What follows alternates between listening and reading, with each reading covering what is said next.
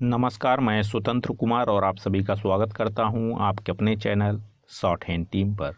तो दोस्तों, आज के इस वीडियो में रामधारी सिंह गुप्ता खंड 2 के प्रतिलेखन संख्या 135 के डिक्टेशन को हम लोग लेने वाले हैं।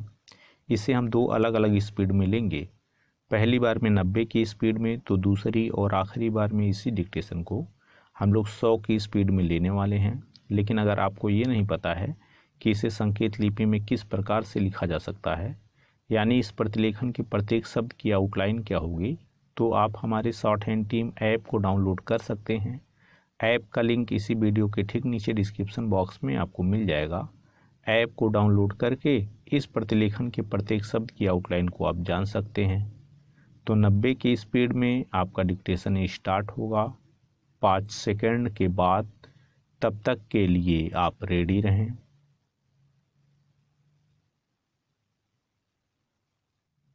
स्टार्ट। अध्यक्ष महोदय, गांधी जी ने सभी राजनीतिक कैदियों को सलाह दी थी कि उन्हें आदर्श कैदी के रूप में व्यवहार करना चाहिए, परंतु लेखक के विचार में वे स्वयं भी आदर्श कैदी नहीं थे। इस शताब्दी के पहले 2 दशकों में भारत की जेल हमारी संकल्पनाओं के नर्क से काफ़ी मिलती जुलती थीं। खाना, कपड़े, रहने के हालात, सफाई व्यवस्था और इन सब से बढ़कर कैदियों के प्रति अधिकारियों का रवैया सभ्य स्तर से काफ़ी नीचे था। जेल कोड के अंतर्गत जो थोड़ी बहुत दवा की गई थी, वह जेल के अधिकारियों के गैर कानूनी और अमानवीय रवैये के कारण समाप्त हो जाती थी। राजनीतिक कैदी यह कार्य अपने ऊपर स्वयं लाद लेते थे और स्वेच्छा से तकलीफें उठाकर अधिकारियों के विरुद्ध कठिनाइयां उत्पन्न करते थे, ताकि सरकार को मजबूरन जेल के हालात में सुधार करना पड़े। गैर कानूनी ढंग से कैदियों को पीटना और क्रूर यातनाएं देना एक आम बात थी। मारपीट से कैदियों की मृत्यु हो जाना कोई असाधारण बात न थी। जेल के कर्मचारियों में भ्रष्टाचार सामान्य रूप से फैला हुआ था। सच्चा और ईमानदार जेल अधीक्षक शायद ही कहीं हो। अतः लेखक और उसके साथियों को अनुचित रूप से गड़बड़ करके या भूख हड़ताल करके अधिकारियों के लिए कठिनाइयां पैदा करनी पड़ती थीं। इस प्रक्रिया में राजनीतिक कैदियों का पूर्ण रूप से स्वास्थ्य खराब होना सामान्य बात हो गई थी। इस प्रकार विश्व युद्ध के दौरान जेलों की हालत में कुछ सुधार हुआ, क्योंकि उस समय विभिन्न जेलों में बड़ी संख्या में राजनीतिक कैदी रखे गए थे। एक प्रकार से वे जानबूझकर कठिनाई पैदा करने वाले थे और निश्चित रूप से आदर्श कैदी न थे। स्वयं गांधी जी ने अधिकारियों के लिए कठिनाइयां पैदा की जब भी उन्हें कैद किया गया। पैरा। गांधी जी भिन्न अर्थों में कठिनाई पैदा करने वाले थे। जब भी उनको जेल में रखा गया, वे जेल में आने के तत्काल बाद सरकार को मुख्य रूप से राजनीतिक मामलों पर, परंतु प्रायः जेल के हालात पर भी पत्र लिखने शुरू कर देते।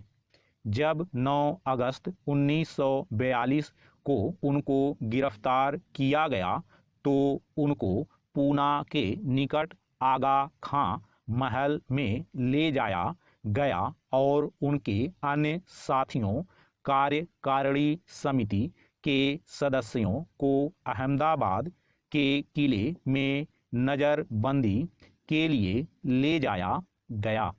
गांधी जी और अन्य कांग्रेसी नेताओं को एक विशेष रेलगाड़ी से चिंचवड स्टेशन ले जाया गया। वहां दो दलों को अलग अलग कर दिया गया। गांधी जी आगा खां महल में 9 अगस्त को सवेरे पहुंचे। कांग्रेस जनों को अपनी अंतिम सलाह उन्होंने प्यारेलाल को इस प्रकार लिखाई थी।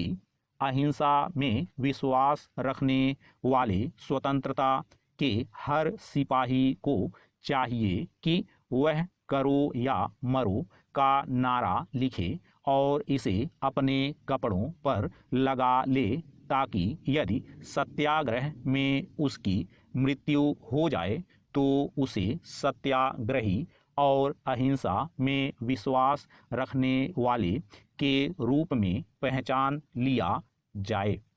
देश के नाम उनके ये अंतिम अनुदेश थे। स्टॉप।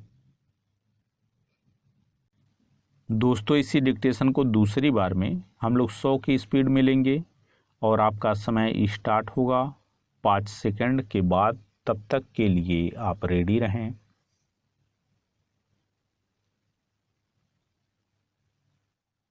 स्टार्ट।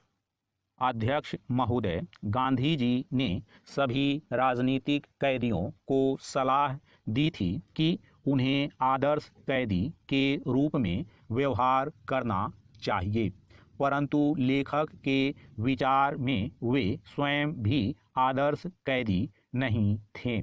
इस शताब्दी के पहले 2 दशकों में भारत की जेल हमारी संकल्पनाओं के नर्क से काफ़ी मिलती जुलती थीं।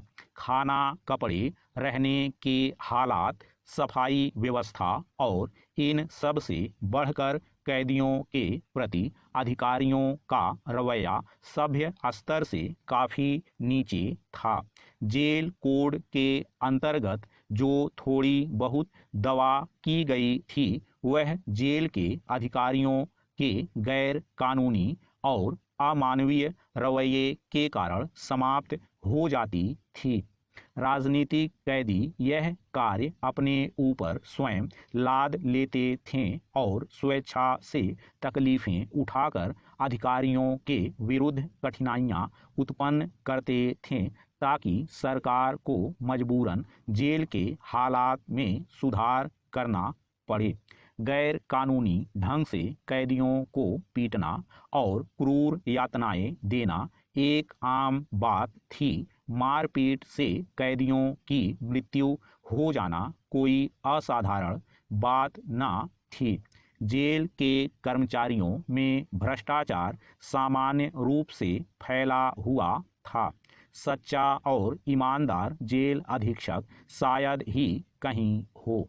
अतः लेखक और उसके साथियों को अनुचित रूप से गड़बड़ करके या भूख हड़ताल करके अधिकारियों के लिए कठिनाइयां पैदा करनी पड़ती थीं।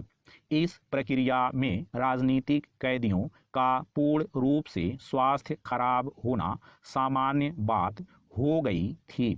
इस प्रकार विश्व युद्ध के दौरान जेलों की हालत में कुछ सुधार हुआ, क्योंकि उस समय विभिन्न जेलों में बड़ी संख्या में राजनीतिक कैदी रखे गए थे। एक प्रकार से वे जानबूझकर कठिनाई पैदा करने वाले थे और निश्चित रूप से आदर्श कैदी न थे। स्वयं गांधी जी ने अधिकारियों के लिए कठिनाइयां पैदा की जब भी उन्हें कैद किया गया। पैरा। गांधी जी भिन्न अर्थों में कठिनाई पैदा करने वाले थे। जब भी उनको जेल में रखा गया, वे जेल में आने के तत्काल बाद सरकार को मुख्य रूप से राजनीतिक मामलों पर, परंतु प्रायः जेल के हालात पर भी पत्र लिखने शुरू कर देते। जब 9 अगस्त 1942 को उनको गिरफ्तार किया गया तो उनको पूना के निकट आगा खां महल में ले जाया गया और उनके अन्य साथियों, कार्यकारिणी समिति के सदस्यों को अहमदाबाद के किले में नज़रबंदी के लिए ले जाया गया। गांधी जी और अन्य कांग्रेसी नेताओं को एक विशेष रेलगाड़ी से चिंचवड़ स्टेशन ले जाया गया। वहां 2 दलों को अलग अलग कर दिया गया। गांधी जी आगा खां महल में 9 अगस्त को सवेरे पहुंचे। कांग्रेस जनों को अपनी अंतिम सलाह उन्होंने प्यारे लाल को इस प्रकार लिखाई थी। अहिंसा में विश्वास रखने वाले स्वतंत्रता के हर सिपाही को चाहिए कि वह करो या मरो का नारा लिखे और इसे अपने कपड़ों पर लगा ले, ताकि यदि सत्याग्रह में उसकी मृत्यु हो जाए तो उसे सत्याग्रही और अहिंसा में विश्वास रखने वाले के रूप में पहचान लिया जाए। देश के नाम उनके ये अंतिम अनुदेश थे। स्टॉप।